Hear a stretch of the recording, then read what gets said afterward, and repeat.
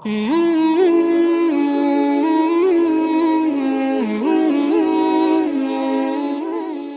মুখস্থ থাকে না, আর যেটা অজরুরি বেদরকারি সেইগুলো আমাদের মুখস্থ। আমরা রোজার নিয়ত মুখস্থ করি। রোজার নিয়ত অনেকে তো এমনটা ধারণা যে রোজার নিয়ত আমার মুখস্থ নাই বিধায় রোজাই রাখি না। এই নাওয়াইতুয়ান কোন সাহাবায়ে কেরামকে মুখস্থ করানো হয় নাই। এগুলো কায়দায় বাগদাদি মুকসিদুল মুমিনের নিয়ামুল কুরআন অমুক তমুক কিতাবের মধ্যে, চটি বইয়ের মধ্যে লিখা, বিভিন্ন জায়গায় লেখা থাকে নাওয়াইতু আন আসুমা গাদান মিন শাহরি রমাজান আল মুবারক ফারজান লাকা ইয়া আল্লাহ ফাতাকাব্বাল মিন্নি ইন্নাকা আনতাস সামিউল আলিম। মুখস্থ করেছি ছোটবেলায়, এরপরে জীবন আর পড়ি নাই। আবার এটাকে আবার ছোট বানাইছে, হাফি মুখাফি। এরা হালুয়া তৈরি করছে নতুন একটা, বড় থেকে ছোট বানাই দিছে। নাওয়াইতু বিসামি গাদিন।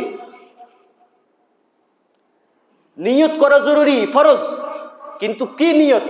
নিয়ত মানে হলো ইরাদাতুল কলব, মনের ইচ্ছা, মনের সংকল্প।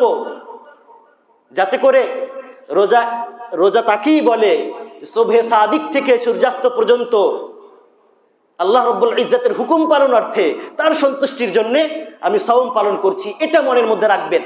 এটাই সাওম, এটাই নিয়ত, ইরাদাতুল কলব, মনের ইচ্ছা, মনের সংকল্প। যাতে করে একজন ব্যক্তি, ডাক্তার নিষেধ করছে, সে বিধায় ওই ব্যক্তি সকাল থেকে সন্ধ্যা মধ্যে খাইলো না, ওই ব্যক্তি রোজা হবে। এটাই হলো পার্থক্য নিয়তের সাথে। অথবা একজন ব্যক্তি ঘুমায় রইল, একেবারে ভোরবেলায় ঘুম দিল, সন্ধ্যাবেলায় উঠলো, ওই ব্যক্তি রোজা হবে? তো দুয়াটা মুখস্থ করা দরকার।